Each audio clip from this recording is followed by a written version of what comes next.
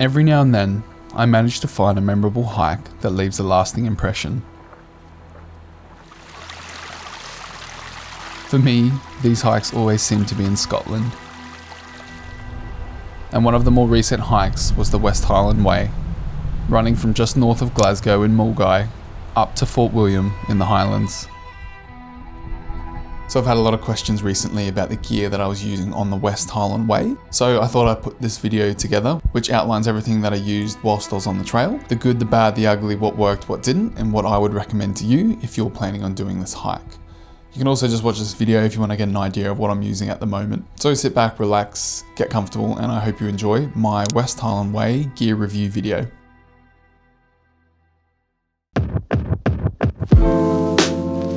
Alright, so first up we have my Big Agnes Copper Spur one-man tent. I've had this tent for about 4 or 5 years now and I just absolutely love it. Big pros of this tent are that it's super easy to set up, it's freestanding, it has a small footprint, it's light, and it takes up minimal volume in my rucksack. Downsides are it's quite costly and it is quite fragile as well. Though in saying that, I've not had any major issues other than one of the poles breaking when I was hiking on the Canary Islands. Overall though, this tent is perfect for me and handled the light to moderate weather I had on the West Highland Way very well. Another really big favourite of mine is my Atom Packs 55 litre Mo rucksack, which also comes with a DCF waterproof liner. I just love this backpack, it's just so handy. It's got one big main pocket at the top, it's got 2 side pockets, an elastic front pocket, and I've also got a little pocket underneath. You can really squish this rucksack down with the side straps and the front strap, and it really just brings everything together and gives you a nice sort of low center of gravity. It's just super convenient to use, it's very resilient. I've had it for about 4 or 5 years now too, and it was just perfect for the West Highland Way. I really think the waterproof DCF liner is a must. I'm not too sure if they still sell them anymore, but it really helped me in the rain that I experienced on the West Highland Way. So yeah, you can check out these guys who make the packs. I believe they're based in the Lake District in the UK. Really cool stuff that they're pumping out. So yeah, go check them out. So my Thermarest Neo Air Ultralight sleeping pad is another big player in my sleeping system. Very comfortable, very easy to set up. I always have a great sleep when I'm sleeping on this sleeping pad. You know, I think the only downside is that it's quite loud when you're twisting and turning on the pad.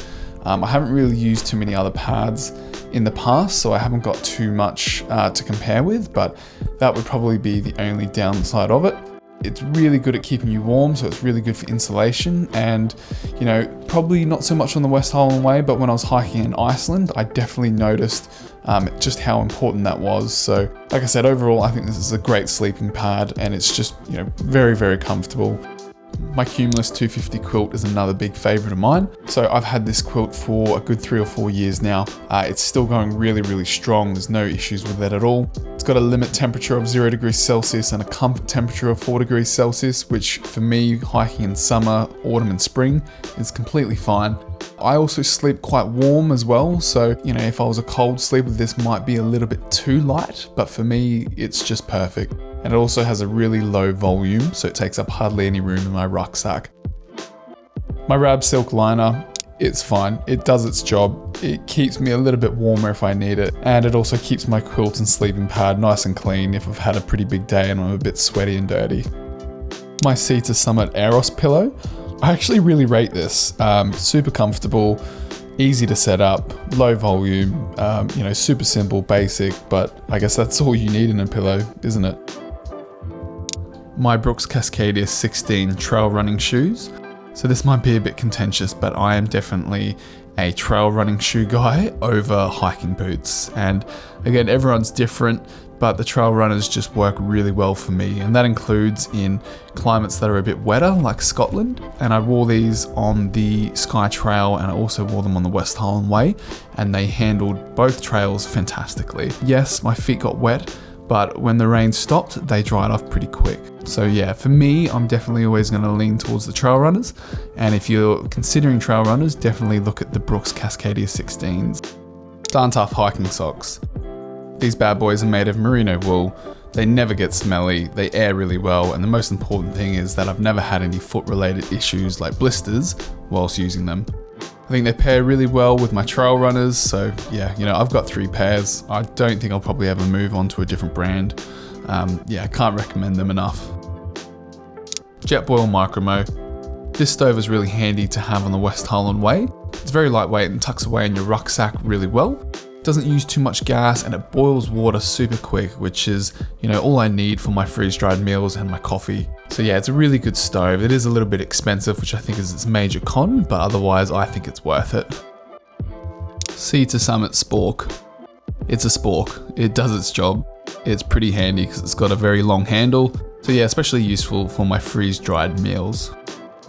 My GSI Ultralight coffee filter. I really love this coffee filter. It's super lightweight, it folds down really nicely, and it filters coffee really well. You probably don't need it for the West Highland Way, as there's quite a few cafes that you'll pass where you can get takeaway coffee from. But if you're somewhere a little bit more remote, like the SkyTrail, then I think it would be super helpful to take. Alright, and we're moving on to the base layers, which for me, I normally just wear some general activewear. I do have a Kathmandu t-shirt that I wear now, which is a bit more breathable, which is made of polyester. But a lot of the time I'll just wear my general sort of Nike training t-shirts as well. Alright, so moving on to my thermals, I have 2 main ones that I'll wear. The first one is my Patagonia Capilene Air Hoodie. This is the orange hoodie that you're seeing on screen now. Super comfortable, keeps me nice and warm on a chilly night as well. The hood will come up over the head and just leave the eyes showing as well, so it's nice and cozy. I really rate this thermal. I also have some bottoms which pair with it as well, but I don't wear them that often, but if it is a really chilly day, I will put them on as well. My Patagonia puffer is a great puffer jacket to wear in and around the campsite. It's nice and warm, it's cozy. Obviously you don't want to get it wet. I've had it happen before and the down stuck together and it was just a nightmare trying to get it dry. So yeah, really try and keep it nice and dry. My Kathmandu windbreaker jacket actually did really well on this hike. The West Highland Way is obviously up in the Highlands in Scotland, so the weather can change pretty drastically pretty quickly. The downside is that it is a little bit heavy and it does take up quite a bit of room when you're stuffing it down into your rucksack. Nike Tailwind running cap. This is a really nice lightweight cap that I pretty much take everywhere with me. It's got a nice dark underbrim which is really good for keeping the glare out of your eyes, and the reflective white on the outside is really good for reflecting the sun so it doesn't overheat. My Black Diamond Sprint head torch is a really reliable head torch which has a pretty good battery. It has multiple modes with different levels of light intensity, and there's also a flashing option as well that you can use to attract attention if you're in trouble. DJI Air 2S drone. This is a really good drone I've been using for about 2 years now that I upgraded from the Mini 2. I think the quality of the video is really good. The photos could probably be a little bit better, but at the end of the day I'm just using it to get some good cinematic landscape shots. You can also use the batteries as a way to charge your phone and other devices, which I think is pretty helpful. Garmin InReach Mini plus the subscription. Potentially contentious, but I don't think you need your Garmin InReach for the West Highland Way. Pretty much every day you pass through some sort of town or settlement, or you'll see people on the trail. In saying that, if you're not the most confident through hiker or you want to have that extra safety for when you're camping, then by all means, take your beacon as well. I personally think the Garmin InReach Mini plus its subscription is quite expensive, and I guess that's what you get for the size of the actual beacon itself. Anker Powerbank 325. Unless you're planning to stay in a few hotels or Airbnbs, then I think it's important to take a portable battery with you. You'll probably spend at least 4 or 5 days on the trail, maybe a little bit longer, so I think it's important to make sure that your phone and other devices are topped up in case of emergencies. And finally, my camera system, which includes my Sony a7 Mark III, my Sony 16-35mm lens, plus the Rode NTG microphone that I use. I'm really happy with this camera system. I love the shots, I love the audio. I don't need to change it anytime soon.